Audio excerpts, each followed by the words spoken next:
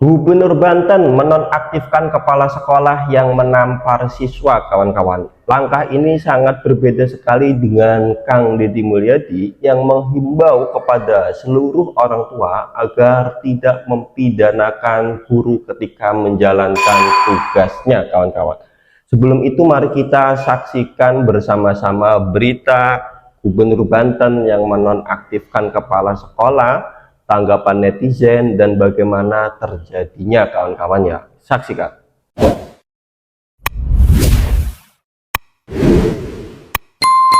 Gubernur Banten menonaktifkan kepala sekolah karena menampar siswa yang merokok. Salam APBN, ambil positif, buang negatif, nonton videonya sampai habis. Ini dunia pendidikan ini udah mulai edan, apa gimana ya? Kok kayaknya bener-bener 180 derajat terbalik sama zaman gue dulu. Dan masalahnya, permasalahan ini benar-benar telak salah siswanya. Kalau cuma nampar mah nggak usah dinonaktifin kalau menurut gua ya, karena itu adalah salah satu bagian dari cara mendidik gitu ya. Kalau zaman gua dulu nih, kalau mau dibandingkan sama zaman gua dulu sekolah, jangankan digampol gitu ya. Kalau zaman gua mah itu penggaris kayu yang panjang 2 meter, tau nggak lo, itu melayang ke atas pala gua. Ini kalau begini ceritanya ya Pak ya, ini masalahnya gubernur lagi yang nonaktif ini, gubernurnya gimana sih? Pak, ini kalau konsepnya begini ya Pak ya, besok-besok itu murid-murid udah bukan ngerokok lagi Pak, udah ngelem, udah nyimeng, udah narkocoy, udah ngamer Pak. Gue tahu ya, akan ada banyak netizen yang bilang, iya itu kan zaman lu, jangan disamain dong zaman sekarang. Iya, gue ngerti, jangan disamain sama zaman gue. Terus berarti maksud komen kalian yang seperti itu apa? Kalian mendukung siswa merokok gitu? Ah? Kalian dukung perlakuan siswa yang merokok? Terus maksud lo generasi yang sekarang kalau salah tetap harus dibela gitu? Senakal-nakalnya generasi 90-an ya, masih tetap hormat dan santun loh sama guru. Kenapa yang generasi-generasi sekarang tuh nggak punya adab? Kalau ada yang bilang menampar itu bukan mendidik tapi menganiaya, sekalian aja lu beliin rokok siswanya, sekalian aja tuh pelajar-pelajar lo kasih rokok satu box gitu ya, sebungkus lu kasih sekalian beliin koreknya. Makin gue lihat-lihat ya, makin gue telaah nih ya, Gen Z sekarang itu nggak bisa kalau cuma ditegur via verbal, via mulut doang tuh kayaknya nggak bisa. Sesekali mesti emang harus ada apa ya, mesti ada sentuhan fisik gitu ya. Gue juga nggak tahu, nampolnya juga pasti nggak mungkin nampol terus siswanya tuh sampai muter-muter gitu, nggak mungkin, nggak bakal sampai kayak gitu. Walaupun sebetulnya apapun itu, melakukan kekerasan terhadap anak atau anak didik itu juga tidak bisa dibenarkan ya untuk masa saat ini, untuk generasi sekarang gitu ya. Kalau generasi gue yang dulu ya udahlah, nggak usah dibahas gitu ya, kayak kapur melayang, penggaris kayu melayang gitu ya, dan segala macamnya gitu. Oke lah, mari kita bicarakan generasi sekarang. Memukul atau kekerasan terhadap peserta didik, terhadap siswa itu juga memang salah. Tapi permasalahannya, ini siswa sudah diperingatkan berkali-kali. Lalu gurunya harus seperti apa? Diberikan surat peringatan kah? Orang tuanya dipanggil kah? Menurut gue juga percuma kalau orang tuanya dipanggil. Lu lihat ibunya malah lapor polisi, ibunya malah malah ngebelain anaknya, malah nggak terima dan segala macam. Nggak terima, oke. Tapi anak lu ditegur nggak? Dikira anak Gen Z sekarang bisa kali dinasehatin cuma dari mulut doang apa? Dan yang gue pertanyakan ya, orang tua muridnya itu siapa? Kok bisa langsung sampai gubernur yang turun tangan menonaktifkan kepala sekolah tersebut? Backingannya siapa? Kuat sekali. Padahal jelas-jelas anak lo yang salah, Bu. Anak lu ngerokok ya. Kalau lu belain anak lu, berarti lu benar-benar mendukung anak lu untuk ngerokok ya. Kayak nggak masuk akal banget lu tuh. Apa sih? Percaya nggak dengan membela kesalahan anak ya, walaupun itu kesalahan kecil, tapi kalau dibela dan itu dibiarkan ya, itu akan membuka peluang untuk sang anak melakukan kesalahan yang jauh lebih besar. Nanti ketika ngelakuin kesalahan lagi yang lebih besar ya, dimaafkan dan dibelain lagi, ya nanti anak itu akan membuat kesalahan yang jauh lebih besar lagi. Pantesan ya kalau banyak orang yang bilang Gen Z sekarang tuh mentalnya cere-cere, mentalnya dangkal-dangkal. Ya gimana nggak dangkal? Orang masalah ditegur paling ditampar dikit sama gurunya permasalahan ngerokok, jelas-jelas dia yang salah, terus dia ngadu. Dia ngadu ke orang tua, berlindung di balik ketek emaknya. Abis itu kepala sekolahnya langsung dinonaktifkan ya. Pertanyaan gua kayak tadi, ini orang tua muridnya tuh siapa? Bisa-bisanya langsung gubernur Banten loh yang turun tangan. Udah gitu gubernur Bantennya juga kata gua TOLOL.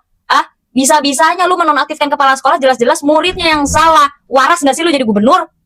Siswa ditampar kepala sekolah karena merokok. Orang tua lapor polisi. 630 siswa mogok sekolah karena bela temannya. Ngapain temenmu yang merokok itu dibela? Kalian sampai rela mogok sekolah, Memangnya kalau kalian membela temennya dapat apa? Saya tim yang mendukung kepala sekolah. Memang orang-orang anak-anak kayak gitu itu perlu dikasih pelajaran, perlu dikasih hukuman, kalau perlu dikeluarkan dari sekolah. Itu yang 630 siswa ngapain juga bela-bela mogok sekolah. Ini terjadi di salah satu SMA di Kabupaten Lebak, Banten.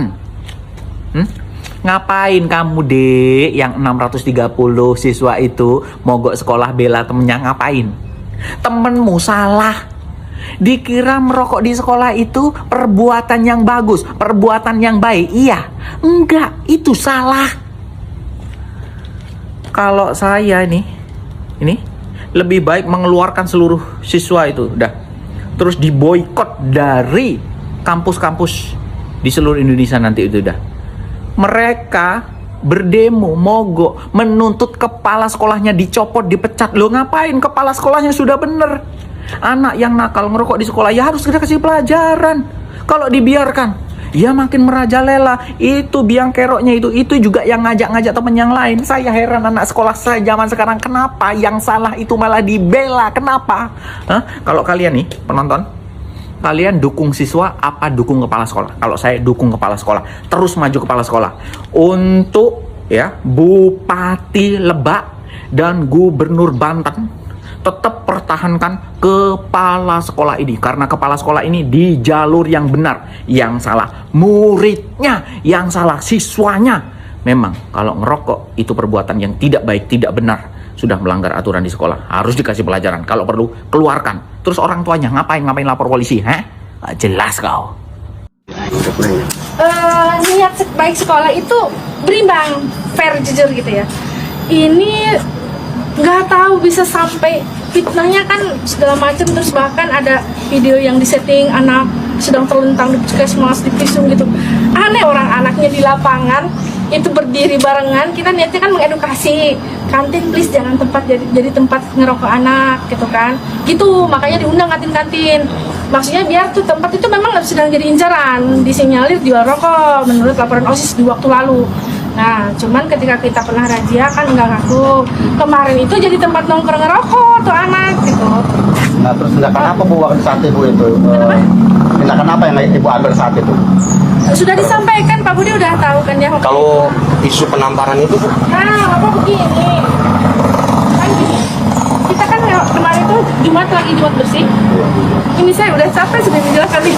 Tapi saya harus jelaskan ulang. Jadi Jumat bersih itu tujuannya untuk membentuk karakter anak peduli lingkungan. Semua anak dikawal oleh wali kelas. Saya ikut ngontrol. Sekalian ngontrol yang pemagaran. Di sana kita dapat bantuan dari Dindik. Ke sana lah saya jalan. Di belakang sana kan, di belakang kelas 12 4 tuh ada kantin. Anak-anak, beberapa anak laki lagi makan, yang lain lagi berjibaku. Oke, itu bawa kenakalan biasa lah ya, yang lain mau ikutan kerja, dia mah nongkrong makan, walaupun nggak boleh harusnya ikut kerja bakti. Nah, tapi yang saya mengganggu mata, ada anak ngerokok di sini yang ngebul. Ngerokok tuh anak ya kan? Ya, taruhlah. Ini saya dari sini, kantinnya kan situ. Ini kan sekolah kita nih, ya. Iya, maju itu. Nah, saya dari sini, dari kebun luar ke situ, ke ya kontrol aja gitu. Anak-anak lagi di posisi mana aja. Jarak kira-kira 20-30 meter kira-kira ya. Kelihatan kan kamu ngerokok, maksudnya biar tahu tuh, saya lagi ngeliat, ya kan. Nah, tuh anak ngeliat gini, langsung lari. Kan saya cuma ngomong, kamu ngerokok, lari. Marah saya, tapi itu nggak membuat saya marahnya banget, nggak sebenarnya. Lari, tuh anak langsung kesini, ada ketemu. Kamu ngerokok? Enggak Bu, langsung nggak ada di tangannya Pak, rokoknya. Cari, Ibu lihat, gitu kan. Saya marahnya tuh ngebohong Pak, marahnya tuh ngebohong ke anak. Ibu lihat, enggak Bu, mana rokoknya? Cari, gitu kan. Saya marah, karena ngebohong itu udah karakter banget Pak. Gimana saya di pikiran saya, anak kalau udah ngebohong, udah kemana-mana, udah nggak beres gitu kan. Saya pikirnya, itu intinya. Pak Budi coba yang sama kan dengan yang saya itu. Nah, yang kemarin saya bilang, sudah gitu. Tanggapan Ibu Iya. atas aksi mogok nih sekolah Aksi yang mogok? dilakukan oleh para siswa, Ya, para siswa SMA Ya. Negeri 1 itu, tanggapan Ibu gimana? Ya tentu ini nggak benar ya Pak, tapi kan kita semua kerja, ya kita bekerja aja, kita ASN, ya kan, kita mah tugasnya melayani, kita berniat melayani, kita kerja aja. Kemarin juga saya koordinasi dengan Wakasek, Bu Emi kan Wakaseknya, Bu Emi tolong share di grup, ada grup ini di HP saya. Bu Emi tolong share, tolong KBM jaga kondusif, tetap seperti itu umpamanya. Ternyata ya di belakang layar anak-anak punya cerita sendiri. Pihak sekolah sudah mencoba komunikasi dengan orang tua murid ya, Bu? Sudah. Sudah. Iya. Menurut Ibu, apa penyebabnya utama para siswa memilih untuk tidak masuk sekolah? Tuh. Saya sih nggak mau a priori, tetapi saya dapat bocoran-bocoran, ada backing di belakang ini, nggak pure Pak ini. Bu, ada berapa siswa Bu yang hari ini mau ke Bapak? Semua, Semua. karena di bawah tekanan Pak. Anak-anak yang kasus sebagian Ada 640 ya? 630 lebih. Ya. Terus langkah apa Bu dari pihak sekolah untuk menindaklanjuti terkait dengan siswa mogok ini dari pihak sekolah Nah, itu sendiri? ini kan dari yang jelas menghubungi pihak orang tua udah, dengan Pak Haji Ocim aja udah, gitu kan. Pak Haji Ocim udah ketua komite sekolah.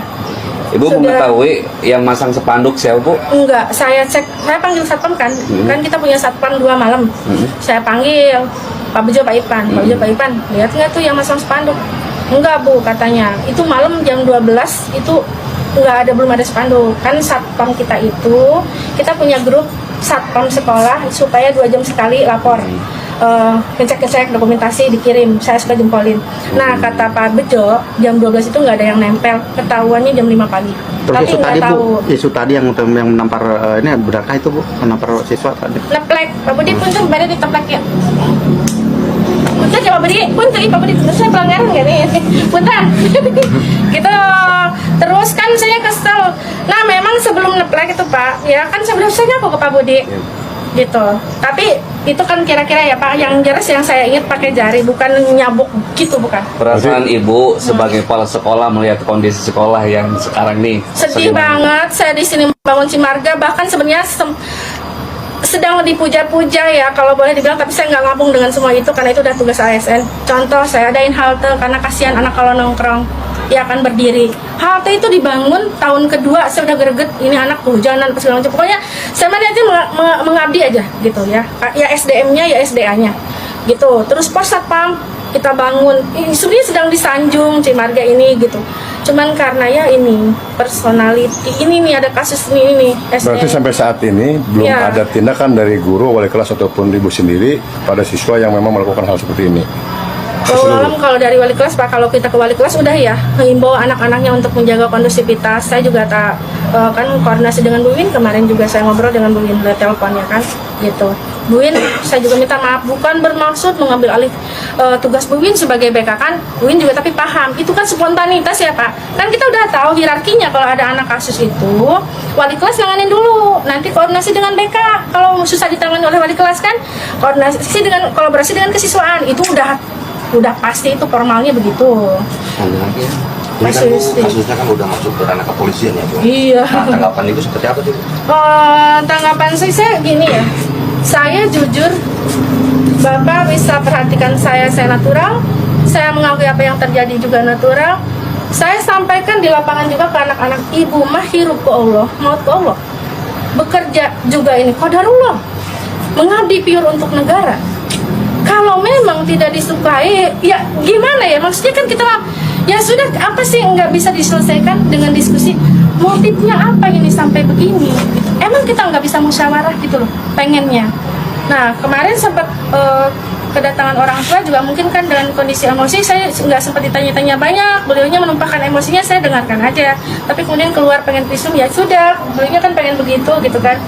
Jadi saya mah mau diajak berdamai ya memang saya berdamai gitu kan. Itu juga Pak herannya punten Indra ini anehnya kan juga, kamu ngaku nggak kamu salah? Iya, mengutuk di situ kan ada saksinya Guru. Iya, kamu yang kamu lakukan salah kan?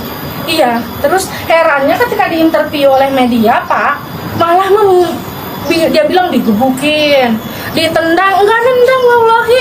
Apa saya cuma saya yang gini. Gitu Pak. Saya juga Kalau nampar lo iya Bu ya. ngeplek ya. Ngeplek, ya? Ya, ngeplek ya bahasa Sunda. Ngeplek lah ya. Terus ada lagi ya? Ibu dengan siapa Bu, maaf namanya? Dini Fitri apa Pak? Selaku apa Bu? Selaku kepala sekolah SMA Negeri 1 Cimarga ya. Berarti siap ya Bu kalau untuk diperiksa ya? Insya Allah ya, kan kemarin juga kita kedatangan Pak Kapolsek nih, Pak Pipi. Iya Pak. Kata Pak Pipi, Bu lanjut aja, ini mah ringan, biasa aja gitu. Orang anaknya juga nggak ada dorak-dorak merah gitu, emang enggak gitu, nggak ada itu terlalu berlebihan sih kalau menurut saya. Pisum ya karena kan didampingi, nggak tahu lah itu didampingi orang lain Ada sih orang ketiga ya? ya gitu seperti itu. Saya mengaku salah karena telah mendisiplinkan murid dengan kekerasan. Saya meminta maaf kepada murid yang saya sakiti, orang tua, dan murid lain yang menyaksikan. Saya siap menerima konsekuensi hukum atas perbuatan saya. Namun perlu dicatat bahwa saya melakukannya saat menegur anak yang merokok di sekolah pada jam belajar. Bila saya dihukum, anak yang melanggar itu juga harus dihukum. Karena merokok di sekolah dan di usia sekolah itu melanggar undang-undang. Sebagai pelajaran bahwa peraturan ditegakkan untuk semua. Gimana menurut kamu kalau misalnya Capseknya ngomong begitu? Emang kasus ini tuh dilema banget. Capsek salah, anak juga salah, dan teman-teman yang bersolidaritas tuh juga berpotensi salah arah. Jangan sampai mengarah pada permisif pada perbuatan merokok. Meski ada kekerasan di sana, jangan-jangan lingkungan yang di dalamnya ada kita yang juga salah. Tugas itu sekolah. Kalau dia tidak bisa membuat nyaman, tentrem, damai, membuat kondusif, berarti kepala sekolahnya nggak benar. Saya minta segera nonaktifkan kepala sekolah itu dalam proses. Ya nonaktif segera nih, sekarang udah harus nonaktif.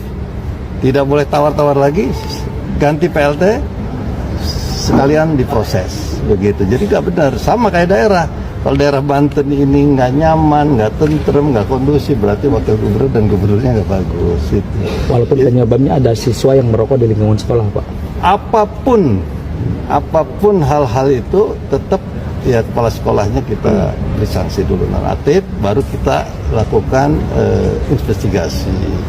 Di mana letak kesalahannya, siapa yang salah. Nah kalau itu sudah nanti hasilnya seperti apa, baru kita perbaiki. Kalau kepala sekolah ini nggak salah ya kita perbaiki, rehabilitasi. Tapi intinya kepala sekolah dulu kita nonaktifkan supaya kondusivitas jalan. Kalau dari hasil pemeriksaan internal Pemprov sendiri bahwa kepala sekolah dinyatakan tidak bersalah, akan ada upaya untuk membantu proses hukumnya? Pasti, kan proses hukum di kami, bukan belum sampai ke pidana kan. Soalnya orang tuanya sudah melaporkan ke Polres. Oh iya, belum sampai ke pidanaan, baru pada posisi lead baru penyelidikan. Tapi kalau pidanaan kan di pengadilan. Nah, saya berharap nanti seperti apa, lapor seperti apa, kan berarti ada sesuatu. Kalau jadi anak kita nih ada kesalahan sekecil apapun, sebesar apapun yang namanya anak-anak, ya orang tua harus maklum. Sama kayak orang bawa mobil tiba-tiba sepeda kiri-kiri kanan, ya kita harus berhenti. Jangan karena kita mau bersaing dengan sepeda, kalau mobil seperti itu. Jadi ya yang namanya kepala sekolah udah lebih tua, lebih senior, ya harus jaga. Tapi anak-anak juga kan kadang-kadang akhlaknya, budi pekertinya, bawaan dari rumah, bawaan dari luar dibawa ke sekolah. Nah itu kita investigasi. Itulah videonya ya kawan-kawan. Di sini saya akan membacakan ada yang berjudul itu Dedi minta orang tua murid buat surat tak pidanakan guru, kawan-kawan.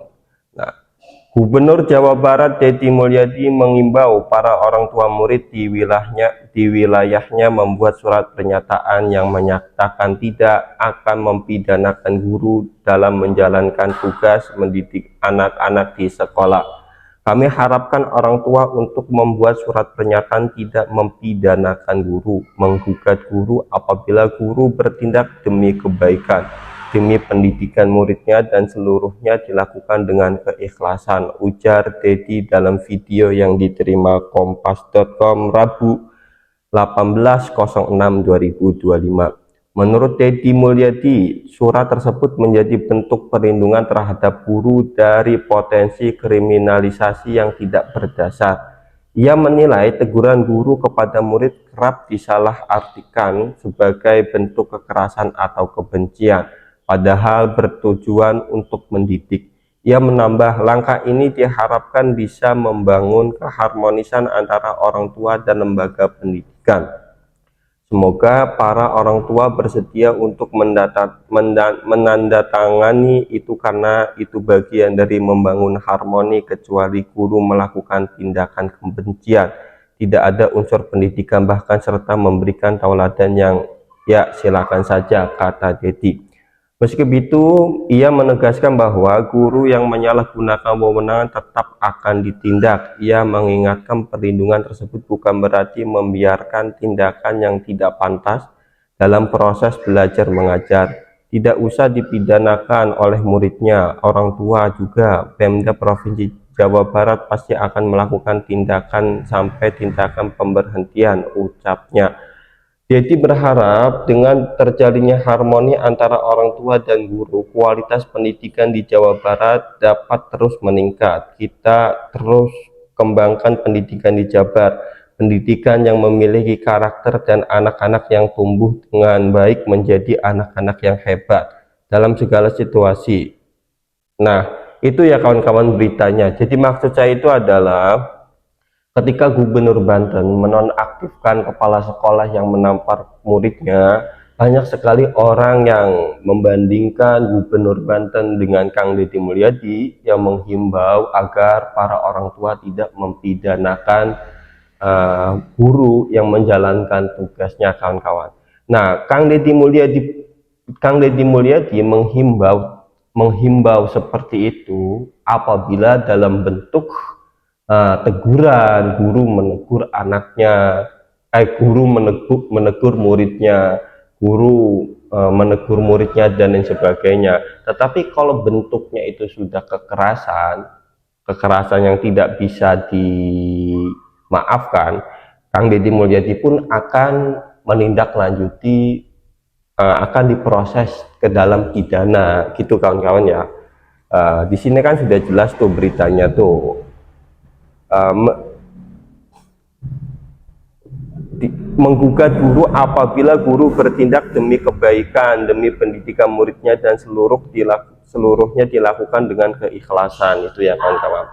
Tidak semuanya Kang Deddy Mulyadi ketika guru itu melakukan sesuatu yang tidak lazim ke muridnya itu tidak akan dipidanakan, kawan-kawan. Hanya itu saja. Oleh karena itu jangan sampai jangan sampai meratakan bahwa Kang Deddy Mulyadi itu kalau kekerasan pun tidak dipidanakan loh. Ya akan dipidanakan oleh Kang Deddy Mulyadi. Nah, untuk kasus Gubernur Banten ini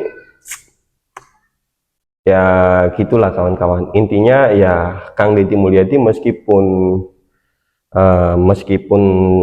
menghimbau seperti itu, tetapi ada kriteria-kriterianya kawan-kawan. Tetapi kalau kekerasan pasti Kang Deddy akan mempidanakan. Ini banyak nih ketika seliweran orang-orang membandingkan dengan Gubernur Jawa Barat ini, kawan-kawan ya. Itulah kawan-kawan. Nah, saya hanya meluruskan karena banyak orang yang salah paham dengan himbauan Kang Deddy Mulyadi ini. Wah, berarti kalau gurunya itu melakukan kekerasan yang tidak lazim berarti tidak dipidanakan loh. Ada sebagian netizen yang mengatakan seperti itu di kolom komentar. Nah, itulah kriteria-kriteria yang tidak dipidanakan oleh Kang Deddy Mulyadi dan membuat perjanjian, kawan-kawan. Gitulah. Kurang lebihnya mohon maaf, saya Taufik Hasan pamit mengundurkan diri dan terima kasih.